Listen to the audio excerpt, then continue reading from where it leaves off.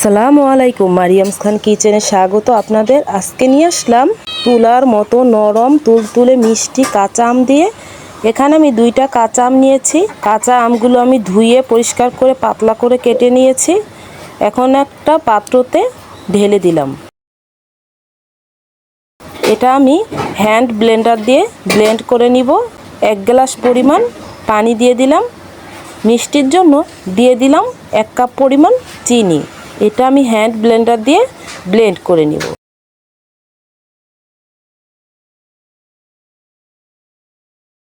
দেখুন একদম মিহি করে ব্লেন্ড করে নিয়েছি। আপনারা চাইলে জুসারও ব্লেন্ড করে নিতে পারবেন। আর দিয়ে দিলাম 1/4 কাপ কর্নফ্লাওয়ার। আর দিয়ে দিলাম সামান্য পরিমাণে ফুড কালার, আপনারা চাইলে নাও দিতে পারেন।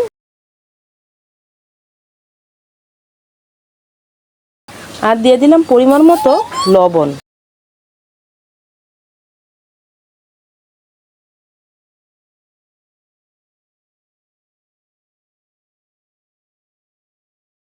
এখানে দিয়ে দিলাম 1 চামচ পরিমাণ আগার আগার পাউডার। গরম অবস্থায় দেওয়া যাবে না, ঠান্ডা অবস্থায় ভালোভাবে মিশিয়ে নিতে হবে। এই গরমে এই মিষ্টিটা খেতে যে অনেক ভালো।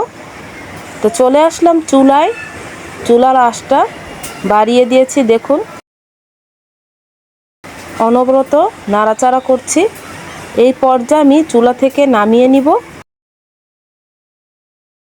যেই পাত্রে মিষ্টি সেট দিব সেই পাত্রে ঢেলে নিচ্ছি। গরম অবস্থায় তাড়াতাড়ি ঢেলে নিতে হবে, নইলে যে পাত্র থাকবে সেই পাত্রই জমাট বেঁধে যাবে। তো খুব ভালোভাবে ঢেলে নিয়েছি।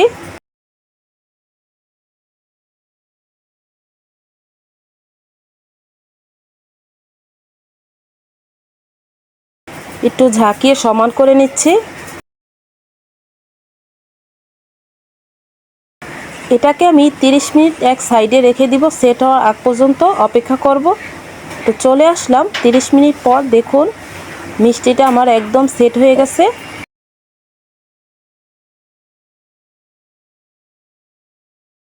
তো চাকু দিয়ে কেটে নিচ্ছি।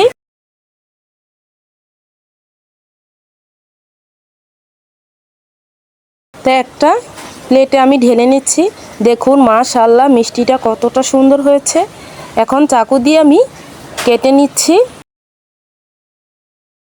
এই মিষ্টিটা একদম তুলার মতো সফট, খেতে যে অসাধারণ মজা তা বানানোর পরেই বুঝতে পারবেন।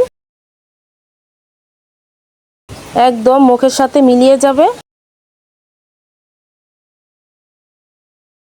কাঁচা আম শেষ হওয়ার আগেই ঝটপট বানিয়ে নিতে পারেন এই মিষ্টিটা।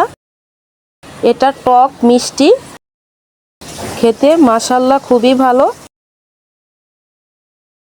তো দেখে বুঝতে পারছেন এটা কতটা লোভনীয় হয়েছে।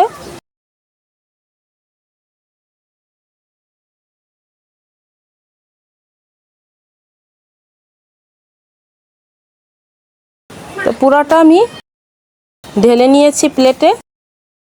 এখন আরেকটু মজাদার করার জন্য এখানে আমি কিছুটা গুঁড়া দুধ অ্যাড করে দিচ্ছি। এতে মিষ্টিটা ফ্লেভারটা খুবই ভালো আসবে।